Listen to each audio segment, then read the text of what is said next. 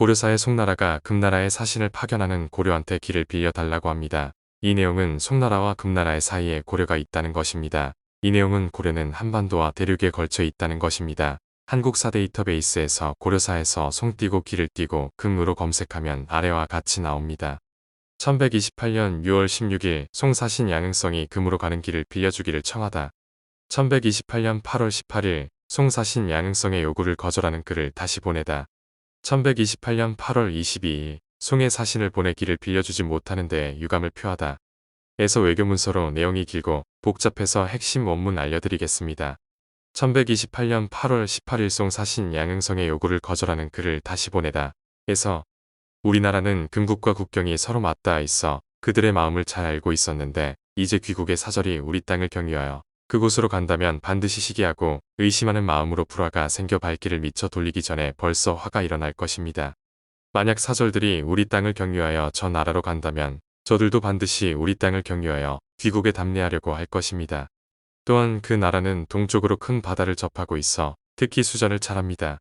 그들은 답례의 사절을 보내는 것을 핑계하여 횟수와 절강의 형세를 상세히 알아내고 만일 전함을 준비하여 바다를 따라 남하에서 불의의 공격을 가한다면 북쪽으로는 육전에 남쪽으로는 해전을 치르느라 고통을 당할 것이며 위아래로 적을 받아들여 반드시 큰 우환이 될 것이니 일이 이 지경에 이르면 아무리 후회해도 소용이 없을 것입니다.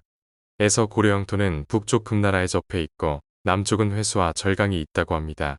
1128년 8월 22일 송의 사신을 보내 길을 빌려주지 못하는 데 유감을 표하다. 만약 귀국의 사절이 우리로부터 길을 빌렸다는 소식을 듣는다면 반드시 그때를 맞추어 일을 일으킬 것입니다. 혹은 군사를 일으켜 위협하고 문책을 가하거나 혹은 답례의 사절을 보내는 것을 핑계대고 통행을 요청할 것이니 우리나라는 요충의 위치에 있으면서 장차 무슨 말로 거절할 수 있겠습니까? 저들은 많고 우리는 적으니 더불어 싸우기 어려우며 입술이 없어지면 이가 시리다고 하였으니 귀국의 화가 되지 않으리라는 것을 어떻게 알겠습니까? 이것은 다만 현재 분하고 억울하여 주먹을 쥐게 할 뿐 아니라 뒷날 두고 후회할 일이 될 것입니다. 에서 고려는 금나라와 송나라 사이에 있음을 알 수 있습니다. 위와 같이 고려는 한반도와 중국 동부해 안에 거대한 영토를 가진 나라임을 알 수 있습니다. 원사에는 고려가 몽고에 40만 명 군사 원조를 하였다고 합니다. 원사 원문 내용입니다. 원사 여율육가가 몽고군 등과 함께 고려로 도망한 함사를 포위하고 고려군과 함께 그를 정벌하다. 1218년 무인년의 여율육가가 몽고군과 거란군 및 동아국 원수 호토의 병사 10만을 거느리고 함사를 포위하였다. 고려가 병사 40만을 원조하여 그를 이겼다.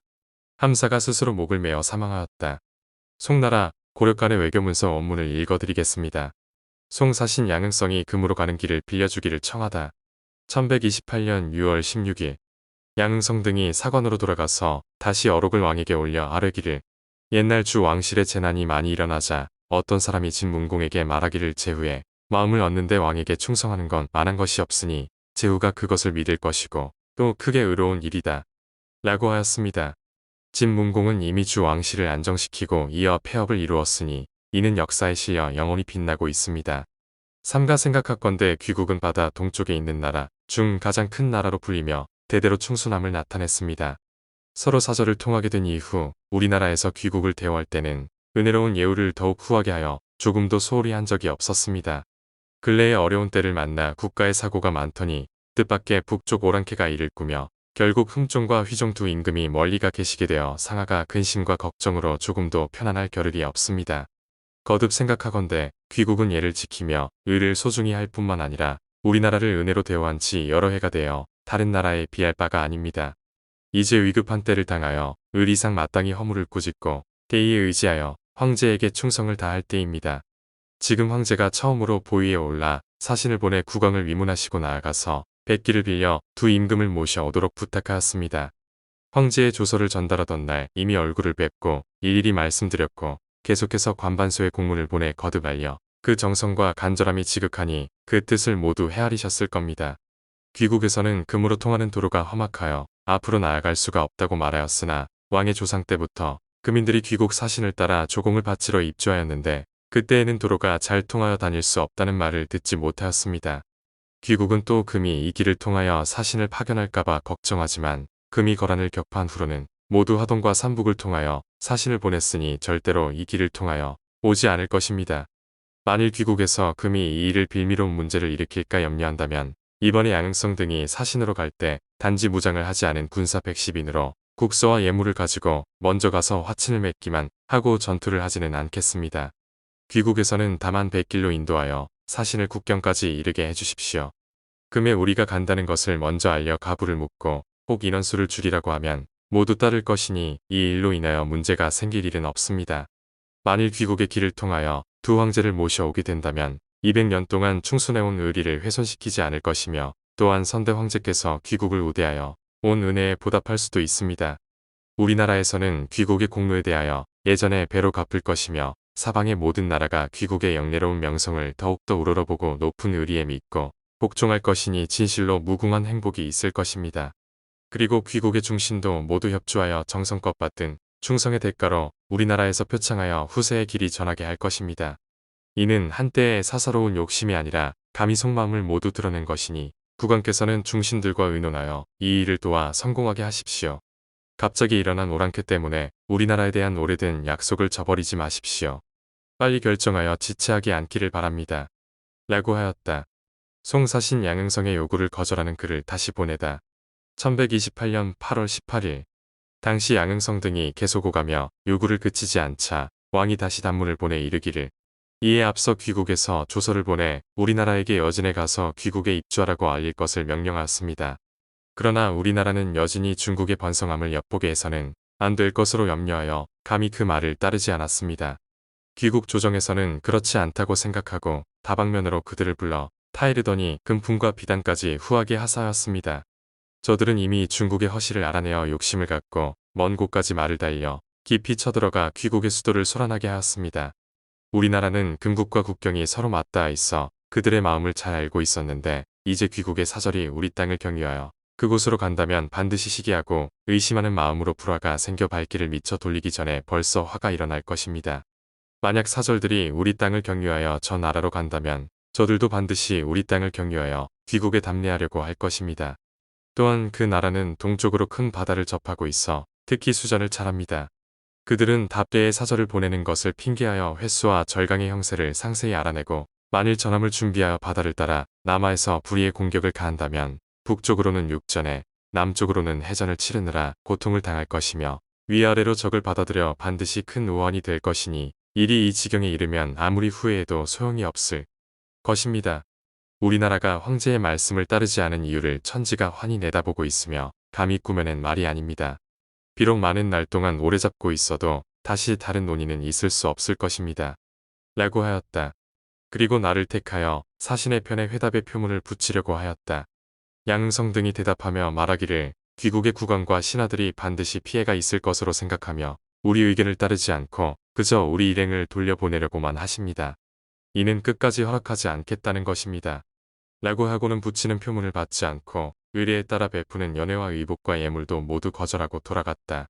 외교문서 송의 사신을 보내 길을 빌려주지 못하는 데에 유감을 표하다.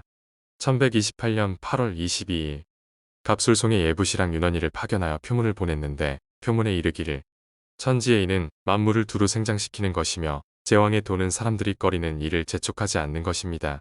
감히 정성스러운 말을 토로하니 밝은 귀로 들어주기를 우러러 바랍니다. 우리나라는 동쪽 변방에 자리 잡고 대대로 중국을 섬겨왔습니다. 1000마리나 떨어져 있는 봉투를 지키고 있어 미처 직접 입주하지는 못하였지만 200년간의 은혜로운 예우를 생각하며 근실하게 충성할 것을 맹세할 뿐이었습니다. 얼마 전에 두 분 황제가 파천하였다는 소식을 듣고 사만해온 나라가 비통해하였습니다. 두 황제가 이곳으로 달려가 안부를 여쭙는 신하로서의 성의를 펼 수 없었고 또한 의병을 일으켜 국가의 어려움을 함께하지도 못하였습니다. 황제 폐하는 원수부에서 몸을 일으켜 선왕의 기업을 영광되게 잇고 신하와 백성들과 함께 두 황제를 맞아오려 합니다. 조서를 내리자 노유 모두가 눈물을 흘렸으며 폐하의 인덕이 나타나 먼 곳과 가까운 곳이 모두 마음에 새겨두고 있지 않고 있습니다.